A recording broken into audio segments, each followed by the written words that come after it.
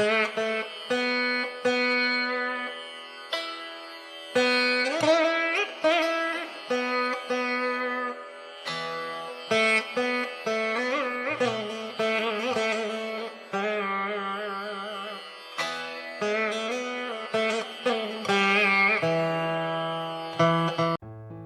Everyone, అందరూ ఎలా ఉన్నారు? బాగున్నారు అని అనుకుంటున్నాను. Welcome to my channel ఏజీకే diaries. ఈ వీకెండ్ లో నేను వెస్ట్ కోస్టల్ లో కొలువై ఉన్న 2 డివోషనల్ ప్లేసెస్ ని బడ్జెట్ తో ట్రావెల్ చేయడానికి వెళ్తున్నాను. ఆ 2 డివోషనల్ ప్లేసెస్ లో ఒకటి మురుదేశ్వర్, ఇంకొకటి ఉడిపి శ్రీకృష్ణ టెంపుల్. నేను చెన్నై సెంట్రల్ నుంచి ట్రావెల్ చేస్తున్నాను. ముందుగా చెన్నై సెంట్రల్ రీచ్ అయ్యాను. నేను వెళ్ళబోయే train west Coast super fast express. ఈ ట్రైన్ డైలీ చెన్నై సెంట్రల్ లో ఆఫ్టర్నూన్ 1:25 కి స్టార్ట్ అయ్యి నెక్స్ట్ డే మ్యాంగ్లూర్ సెంట్రల్ కి 5:30 కల్లా రీచ్ అవుతుంది. నా ట్రైన్ ప్లాట్ఫామ్ నెంబర్ 9 లో ఉంది. నేను ట్రైన్ దగ్గరికి వెళ్తున్నాను. ట్రైన్ కోచ్ పొజిషన్స్ కూడా డిస్ప్లే చేస్తున్నారు. నా కోచ్ నెంబర్ చూసుకొని నా కోచ్ దగ్గరికి వెళ్తున్నాను. ఇదే మనం వెళ్ళబోయే ట్రైన్ చెన్నై సెంట్రల్ నుంచి మ్యాంగ్లూర్ సెంట్రల్ కి వెళ్తుంది. చెన్నై సెంట్రల్ లోనే లంచ్ ప్యాక్ చేపించుకొని నేను నా కోచ్ దగ్గరికి వెళ్తూ ఉన్నాను. కోచ్ లోకి వెళ్ళిన తర్వాత మనం మిగతా విషయాలు మాట్లాడుకుందాము రండి. మన తెలుగు రాష్ట్రాల నుంచి మురుదేశ్వర్ చేరుకోవాలి అంటే ముందుగా హుబ్లీ చేరుకోవాలి. అక్కడ నుంచి మంగళూరు, బత్కల్, ఉడిపి బస్సెస్ ఉంటాయి. ఈ బస్సెస్ వెళ్తే డైరెక్ట్ గా మురుదేశ్వర్ మెయిన్ ఎంట్రన్స్ గేట్ దగ్గర ఆర్చ్ దగ్గర దింపుతారు. ఆ ఆర్చ్ నుంచి లోపలికి ఒక 100 రూపీస్ తీసుకొని మనల్ని టెంపుల్ దగ్గర వదులుతారు. టెంపుల్ దగ్గరే మనము ఫ్రెష్ అయ్యేదానికి వాష్రూమ్స్, లగేజ్ పెట్టుకునే దానికి లాకర్ రూమ్స్ అవైలబుల్ గా ఉంటాయి. యూజ్ చేసుకునే వాళ్ళు యూజ్ చేసుకోవచ్చు. హుబ్లీ నుంచి బస్ లో వచ్చే వాళ్ళని ఈ ఆర్చ్ దగ్గర డ్రాప్ చేస్తారు. నేను మ్యాంగ్లూర్ సెంట్రల్ నుంచి మురుదేశ్వర్ కి ట్రైన్ లో వచ్చాను. మురుదేశ్వర్ రైల్వే స్టేషన్ బయట ఒక ఆటో తీసుకున్నాను. రైల్వే స్టేషన్ నుంచి నా రూమ్ దగ్గరికి 100 రూపీస్ ఛార్జ్ చేశారు. నా రూము టెంపుల్ కి నియర్ బై లోనే ఉంటుంది. ఇదే నేను స్టే చేసిన రూము, కెనరా వైబ్స్. నా వీడియో కనుక మీకు నచ్చినట్లయితే లైక్ అండ్ సబ్స్క్రైబ్ చేసుకోండి. నాకు కొంచెం ఎంకరేజ్మెంట్ గా ఉంటుంది. ఈ రూము నాకు 2200 పడింది. నేను వెళ్ళింది లాంగ్ వీకెండ్ లో. లాంగ్ వీకెండ్ లో రూమ్స్ చాలా కాస్ట్ గా ఉన్నాయి. రూమ్ లో నుంచి ఫ్రెష్ అయిన తర్వాత నేను వెంటనే టెంపుల్ కి వెళ్తున్నాను. రూమ్ అండ్ వాష్రూమ్స్ చాలా నీట్ గా ఉన్నాయి. నేను పెట్టిన మనీకి వర్త్ అనిపించింది. ఫ్రెష్ అయిన తర్వాత నేను వెంటనే దర్శనానికి స్టార్ట్ అయ్యాను. వెళ్లే దారిలో నా రూమ్ నుంచి టెంపుల్ వాకబుల్ డిస్టెన్స్ లోనే ఉంటుంది. రూమ్ బయటికి రాగానే బీచ్ రోడ్ ఉంటుంది. ఆ బీచ్ రోడ్ మీద నడుచుకుంటూ నేను టెంపుల్ కి వెళ్ళిపోతున్నాను. వెళ్లే దారిలోనే టెంపుల్, రాజగోపురము, శివ స్టాచ్యూ 2 నీట్ గా కనబడుతున్నాయి. శివ స్టాచ్యూ అండర్ మెయింటెనెన్స్ లో ఉంది నేను వెళ్ళినప్పుడు. అందుకే కర్రలు కట్టేస్తున్నారు. కర్రలు ఉన్నా కానీ దగ్గరకు వెళ్ళి చూస్తే శివ స్టాచ్యూ చాలా నీట్ గానే కనపడుతుంది. సో ప్రాబ్లం లేదు. ముందు నేను చూపించినది బీచ్ రోడ్డు. నేను ప్రస్తుతం ఉన్నది మెయిన్ రోడ్డు. నేను వెళ్ళిన సమయం లాంగ్ వీకెండ్ కారణం వల్ల చాలా ట్రాఫిక్ ఉంది ఇక్కడ. ఇదే స్ట్రైట్ రోడ్ లో వెళ్తే నేరుగా టెంపుల్ ముందుకు వెళ్ళిపోతాము. ఈ రాజగోపురము మన ఇండియాలోనే సెకండ్ టాలెస్ట్ రాజగోపురము మరియు పైకి వెళ్ళడానికి లిఫ్ట్ ఫెసిలిటీ ఉన్న ఫస్ట్ రాజగోపురం ఇదేను. పైకి వెళ్ళిన తర్వాత వ్యూస్ ఎలా ఉన్నాయో నేను మళ్ళీ చూపిస్తాను మీకు.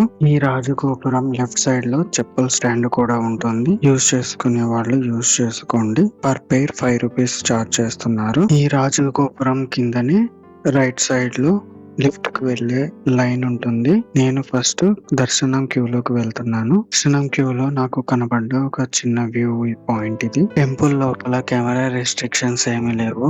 మొబైల్ తీసుకొని వెళ్ళొచ్చు. చెప్పాను కదా నేను వెళ్ళిన చాలా రష్ గా ఉంది. బట్ దర్శనం తొందరగానే అవుతుంది. No problem.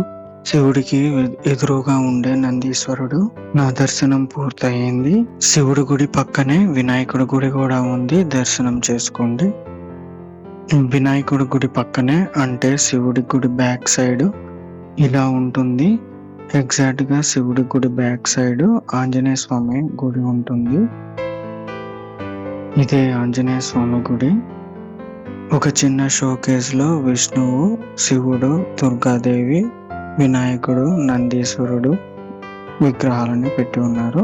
శివరాత్రి కోసం ఏర్పాట్లన్నీ సిద్ధమవుతున్నాయి. టెంపుల్ కి పెయింటింగ్స్ కూడా వేస్తున్నారు. గుడి నుంచి బయటికి రాగానే గోపురం వ్యూ ఇలా ఉంది.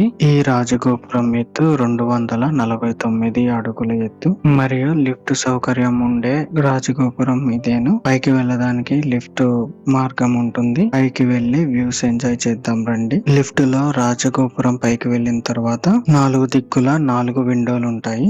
ఇది మొదటి విండో నుంచి వ్యూ కంప్లీట్ సముద్రం అంతా వ్యూ. ఇది కొన్ని ఫిషింగ్ బోట్స్ కూడా తిరుగుతూ ఉన్నాయి. అక్కడ దూరంగా కనిపిస్తున్నది నా హోటల్. అక్కడ నుంచి గుడికి డైరెక్ట్ గా నడుచుకుంటూ వచ్చేసాను. ఇది రాజగోపురం పైన సెకండ్ విండో. ఈ విండో నుంచి శివుడిని చూడొచ్చు. ఈ శివుడి యొక్క హైట్ 123 అడుగుల ఎత్తు. ముందు రావణాసురుడు ఆత్మలింగాన్ని వినాయకుడు చేతికిస్తున్న దృశ్యం ఇది. ఈ మురుదేశ్వర్ కి ఆత్మలింగానికి ఒక చిన్న కథ ఉంది. ముందు వీడియోలో నేను చెప్తాను మీకు. రావణాసుడు శివుడు కోసం తపస్సు చేస్తున్న దృశ్యం ఇది. ఇది రాజగోపురం మీద నుంచి 3వ view point, see view point. ఇది కిందని ఫ్లోటింగ్ బ్రిడ్జ్ కూడా కనిపిస్తుంది చూడండి. వాటర్ యాక్టివిటీస్ కూడా ఉంటాయి. ఇంట్రెస్ట్ ఉన్న వాళ్ళు చేయొచ్చు. ఇది రాజగోపురం మీద నుంచి ఫైనల్ 4వ వ్యూ పాయింట్. ఇది main road, shopping area, restaurants అన్ని ఇక్కడ నుంచి కనిపిస్తున్నాయి. టెంపుల్ వెనకాలే మ్యూజియం ఉంటుంది. ఈ మ్యూజియం లో ఆత్మలింగం యొక్క స్టోరీ ఉంటుంది. నాకు తెలిసిన స్టోరీ షార్ట్ గా చెప్తాను మీకు. రావణాసుడు తల్లి కోరిక మేరకు శివుని ఆత్మలింగం కోసం ఘోర తపస్సు చేస్తాడు. రావణాసుడి యొక్క ఘోర తపస్సుకి మెచ్చి పరమేశ్వరుడు ఆత్మలింగాన్ని రావణాసుడికి ఇస్తాడు.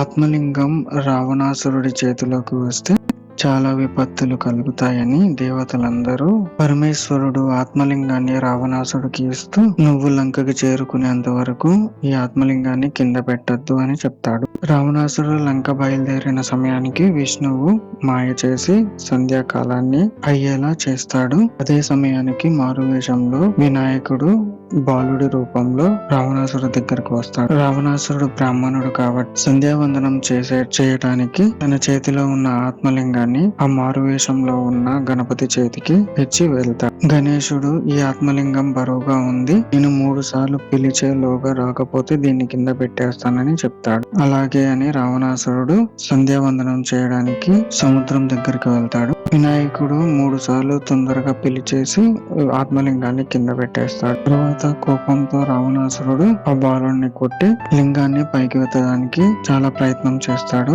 ఎంత ప్రయత్నించినా పైకి రాదు. ఆ ఎత్తే ప్రయత్నంలో ఆత్మలింగం మీద ఉన్న వస్త్రము మురుదేశ్వర్లో పడింది. ఇది ఈ మురుదేశ్వర్ స్థల పురాణము. యాక్చువల్ గా గోకర్ణలో ఉండే శివలింగము ఆత్మలింగము. మ్యూజియం నుంచి బయటికి రాగానే నైట్ అయిపోయింది. గోపురానికి లైటింగ్ వేశారు చూడండి ఎంత అందంగా ఉందో. నైట్ అవడం వల్ల ఫ్లోటింగ్ బ్రిడ్జ్ క్లోజ్ చేశారు. అందుకే నేను పక్క రోజు మార్నింగ్ ఫ్లోటింగ్ బ్రిడ్జ్ ఎక్కడానికి కోసం వెళ్తున్నాను. దీని entrance fee 100 rupees per person. నేను ఇదే ఫస్ట్ టైం ఫ్లోటింగ్ బ్రిడ్జ్ ఎక్కడము. మంచి ఎక్స్పీరియన్స్ అనిపించింది. అలలు కొద్దిగా ఎక్కువగా ఉన్నాయి. అల వచ్చినప్పుడు వల్ల ఫ్లోటింగ్ బ్రిడ్జ్ కూడా పైకి లేస్తూ ఉంది. ఒక మంచి ఎక్స్పీరియన్స్ అని చెప్పొచ్చు. ఆ వీడియో కనుక మీకు నచ్చినట్లయితే లైక్ అండ్ సబ్స్క్రైబ్ చేసుకోండి. నాకు కొంచెం ఎంకరేజ్మెంట్ గా ఉంటుంది. ఫ్లోటింగ్ బ్రిడ్జ్ ఎండింగ్ లో ఉన్నాను నేను. అలలు వచ్చినప్పుడల్లా పైకి నెడుతూ చాలా బాగుంది. మీరు ఫస్ట్ టైం వెళ్తున్న పని అయితే మంచిగా ఎక్సైట్ అవుతారు. ఇక్కడ వాటర్ యాక్టివిటీస్ కూడా ఉన్నాయి. వాటర్ యాక్టివిటీస్ లో స్కూబా డైవింగ్, సీ వాక్ ఉన్నాయి. ఇంట్రెస్ట్ ఉన్న వాళ్ళు టెంపుల్ బయటే చాలా ఏజెన్సీస్ ఉన్నాయి. కాంటాక్ట్ అయితే వాళ్ళు తీసుకెళ్తారు. స్కూబా డైవింగ్ చేయాలనుకున్న వాళ్ళు ముందు రోజే బుకింగ్ చేసుకోవాలి, గుర్తుంచుకోండి. ఇంతటితో మురుదేశ్వర్ కంప్లీట్ చేసుకొని నేను ఉడిపి బయలుదేరుతున్నాను. ఉడిపి వెళ్లేదానికి బస్సు కోసం మార్నింగ్ చూపించిన శివ ఆర్చ్ దగ్గరికి వెళ్ళాను. ఆ హోటల్ నుంచి ఆర్చ్ కి 100 రూపీస్ ఛార్జ్ చేశారు. ఆర్చ్ బస్ స్టాండ్ నుంచి డైరెక్ట్ ఉడిపి బస్సెస్ ఫ్రీక్వెన్సీ తక్కువగా ఉంటుంది. మురుదేశ్వర్ ఆర్చ్ నుంచి బత్కల్ అనే ఏరియాకి బస్సెస్ ఫ్రీక్వెంట్ గా ఉంటాయి. ముందు బత్కల్ రీచ్ అయ్యి బత్కల్ నుంచి Udupi buses every half an hour కి ఒక బస్సు ఉంటుంది. Bus ticket 140 rupees. ఇదే నేను తీసుకున్న ఉడిపిలో రూము. ఈ రూమ్ నాకు 1700 పర్ డే పడింది. చెప్పాను కదా. నేను లాంగ్ వీకెండ్ లో రావడం వల్ల ప్రైసెస్ కొంచెం హైగానే ఉన్నాయి. నా హోటల్ నుంచి టెంపుల్ వాకబుల్ డిస్టెన్స్ లోనే ఉంటుంది, జస్ట్ 100 మీటర్స్ లోనే ఉంటుంది. మరియు సర్వీస్ బస్ స్టాండ్ కూడా వాకబుల్ డిస్టెన్స్ లోనే ఉంటుంది, ఒక 200 మీటర్స్ డిస్టెన్స్ లో ఉంటుంది. రూమ్ చెక్ ఇన్ అయిన తర్వాత నేను మాల్పే బీచ్ కి వెళ్ళాను. ఈ బీచ్ సర్వీస్ బస్ స్టాండ్ నుంచి ఒక 15 కిలోమీటర్స్ దూరంలో ఉంటుంది. 20 రూపీస్ ఛార్జ్ తీసుకుంటారు. ఫ్రీక్వెంట్ గా బస్సెస్ ఉంటాయి. ఈ బీచ్ లో కూడా చాలా వాటర్ యాక్టివిటీస్ ఉంటాయి. వాటర్ యాక్టివిటీస్ కోసం మాల్పే బీచ్ నుంచి సెయింట్ మేరీస్ ఐలాండ్ కు తీసుకెళ్తారు. ఐలాండ్ కు వెళ్లేదానికి boat cost 600 per person. Entrance లోనే టికెట్ కౌంటర్ ఉంటుంది. నేను వెళ్ళినప్పుడు క్రౌడ్ చాలా ఎక్కువ ఉండడం వల్ల సెయింట్ మేరీస్ ఐలాండ్ టికెట్స్ ఇవ్వడం ఆపేశారు. బీచ్ టైమింగ్ మార్నింగ్ 9 నుంచి ఈవినింగ్ 5 వరకు ఉంటుంది. ఇక్కడ పారాస్లైడింగ్, బంపీ రైడ్, బనానా రైడ్, చాలా వెరైటీస్ ఆఫ్ రైడ్స్ ఉన్నాయి. ఇవి ఆన్లైన్ లో కూడా బుక్ చేసుకోవచ్చు. ఇంట్రెస్ట్ ఉన్న వాళ్ళు ట్రై చేయండి. ఇది నేను నా రూమ్ లో నుంచి టెంపుల్ వ్యూ. చెప్పాను కదా, వాకబుల్ డిస్టెన్స్ లోనే ఉంటుంది. జస్ట్ 100 మీటర్స్ డిస్టెన్స్ లో టెంపుల్ ఉంటుంది. ఇది టెంపుల్ బ్యాక్ సైడ్. ఈ టెంపుల్ లో ఒక స్పెషల్ ఏంటంటే ప్రతి గుడిలో విగ్రహము ముందు వైపుకు తిరిగి ఉంటుంది, కానీ ఈ గుడిలో శ్రీకృష్ణుడి విగ్రహము వెనక్కి తిరిగి ఉంటుంది. మనం గుడి లోపలికి వెళ్ళిన తర్వాత కూడా విండోలో నుంచి మాత్రమే శ్రీకృష్ణుడిని దర్శనం చేసుకోగలము. ఇది గుడి బ్యాక్ వ్యూ. నేను ఫ్రంట్ వ్యూ కి వెళ్తున్నాను. ఇది గుడి ఫ్రంట్ వ్యూ. సంక్రాంతి నెల ప్రారంభం కావడంతో మరియు ముక్కోటి ఏకాదశి పర్వదినం కావడంతోనూ లైటింగ్ బాగా వేస్తున్నారు. ఇది గుడి పక్కనే ఉన్న గీతా మందిరము. ఇక్కడ భగవద్గీత చెప్తూ ఉంటారు. క్రౌడ్ చాలా ఎక్కువ ఉండడం వల్ల దర్శనము 3 గంటల నుంచి 4 గంటలు పడుతుంది. కానీ నేను ఈ రోజు వెళ్ళలేకపోయాను. నేను రేపు ఉదయాన వెళ్తున్నాను. గుడి ఉదయాన 4:30 నుంచి నైట్ 9:30 వరకు ఉంటుంది. 4:30 దర్శనానికి వెళ్తున్నాను. ఇది గుడి యొక్క మెయిన్ ఎంట్రన్స్. ఇక్కడ నుంచే మనం లోపలికి వెళ్ళాలి. గుడి లోపల ఉన్న కోనేరు. నేను ఎర్లీ మార్నింగ్ వచ్చాను కాబట్టి కొద్దిగా చీకటిగా ఉంది. కొంతమంది పూజారులు, మొక్కుబడి ఉన్న వాళ్ళు ఈ కోనేరులోనే స్నానం చేసి అలాగే దర్శనానికి కూడా వెళ్తున్నారు. నేను ఎర్లీ మార్నింగ్ వెళ్ళడం వల్ల నాకు ఒక 10-15 మినిట్స్ లో దర్శనం అయిపోయింది. దర్శనం అయిపోయాక నేను మ్యాంగ్లూర్ వెళ్ళిపోతున్నాను. నాకు రిటర్న్ ట్రైన్ మ్యాంగ్లూర్ నుంచి చెన్నై సెంట్రల్ కి ఉంది. రూమ్ చెక్అవుట్ అయిపోయాక హోటల్ బయట ఒక 2 మినిట్స్ నిలబడితే మ్యాంగ్లూర్ బస్ వచ్చింది. దీని కాస్ట్ 100 రూపీస్. ట్రైన్ కి చాలా టైం ఉంది, అందుకని నేను మ్యాంగ్లూర్ లోని గోకర్నాథ టెంపుల్ ఒకటి చూశాను, అక్కడికి వెళ్తున్నాను. నేను మ్యాంగ్లూర్ లో బస్ దిగిన తర్వాత ఆటో తీసుకున్నాను టెంపుల్ కి వెళ్ళడానికి. మీటర్ నాకు మ్యాంగ్లూర్ సెంట్రల్ నుంచి గోకర్నాథ్ క్షేత్రకి 80 రూపీస్ పడింది. ఇదే గోకర్నాథ్ క్షేత్ర టెంపుల్. రండి లోపలికి వెళ్తాము. లోపలికి వెళ్ళగానే టెంపుల్ వ్యూ చాలా బాగుంది. లోపల చాలా చిన్న చిన్న గుడిలు ఉన్నాయి, అన్ని చూద్దాం రండి. ఫస్ట్ ఎంట్రన్స్ లోనే హనుమాన్ టెంపుల్ ఉంటుంది. విగ్రహం చాలా బాగుంది. ఆ పక్కనే చిన్న శివ పార్వతి విగ్రహాలు ఉన్నాయి. ఇవి మెయిన్ విగ్రహాలు కాదు, జస్ట్ షోకేస్ లో పెట్టిన విగ్రహాలు. లోపల మెయిన్ శివుడి టెంపుల్ ఉంటుంది. శివ టెంపుల్ ఎదురుగా నంది ఉంది. పక్కనే సాయిబాబా టెంపుల్ కూడా ఉంది. టెంపుల్ లోపలికి కెమెరా అలౌ లేదు, అందుకని నేను వీడియో ఏమి తీయలేదు. దర్శనం అయిపోయి బయటికి రాగానే పెద్ద కళ్యాణ మండపము, పక్కనే ఒక చిన్న స్టేజ్ కూడా ఉంది. ఇంకొంచెం ముందుకు వెళ్ళగానే మళ్ళీ శ్రీకృష్ణుడి టెంపుల్ ఒకటి కనిపించింది. టెంపుల్ బయట మహాభారతం, అర్జునుడు శ్రీకృష్ణుడు సీన్ ఒకటి పెట్టున్నారు. కొంచెం ముందుకు వెళ్ళాక వెండి రథం ఒకటి కనిపించింది. ఉత్సవాలు, ఊరేగింపులప్పుడు ఈ వెండి రథంలోనే స్వామివారిని పెట్టి ఊరేగిస్తారు. పక్కనే దత్తాత్రేయ స్వామి టెంపుల్ కూడా ఉంది. ఇది చిన్న టెంపుల్. ఇంకొంచెం ముందుకు వెళ్ళాక గంగాదేవి భూమి మీద పడేటప్పుడు మహాశివుడు తన జటాధరం విప్పి జటాధరంలోకి ఆహ్వానించే ఒక సీన్ ఇక్కడ క్రియేట్ చేసి పెట్టున్నారు. ఆ మిడిల్లో ఉన్నది గంగాదేవి. చుట్టూతా కైలాస పర్వతము, 4 వైపులా శివుళ్ళు నా జటాధరం విప్పి గంగాదేవిని ఆహ్వానిస్తున్నారు. అంతే దర్శనం అయిపోయాక నేను మళ్ళీ ఆటో తీసుకొని టెంపుల్ నుంచి మ్యాంగ్లూర్ సెంట్రల్ కి ఆటోలో వెళ్ళిపోతున్నాను. ఆటో వాడు 80 రూపీస్ ఛార్జ్ చేశాడు. ఈ ట్రైన్ మ్యాంగ్లూర్ సెంట్రల్ నుంచి చెన్నై సెంట్రల్ కి వెళ్తుంది. మ్యాంగ్లూర్ సెంట్రల్ లో ఈవినింగ్ 4:55 కి స్టార్ట్ అవుతుంది. పక్క రోజు మార్నింగ్ 8 o'clock కి చెన్నై సెంట్రల్ రీచ్ అవుతుంది. సో ఫ్రెండ్స్, ఈ వీడియో మీకు నచ్చిందని అనుకుంటున్నాను. మీకు నచ్చితే ఒక లైక్, సబ్స్క్రైబ్ చేసుకోండి. Thank you. ఇంకేమన్నా డౌట్స్ ఉంటే కమెంట్ చేయండి, నేను రిప్లై ఇస్తాను. ఈ వీడియో నచ్చితే లైక్ చేసి సబ్స్క్రైబ్ చేయడం మాత్రం మర్చిపోకండి. Thank you.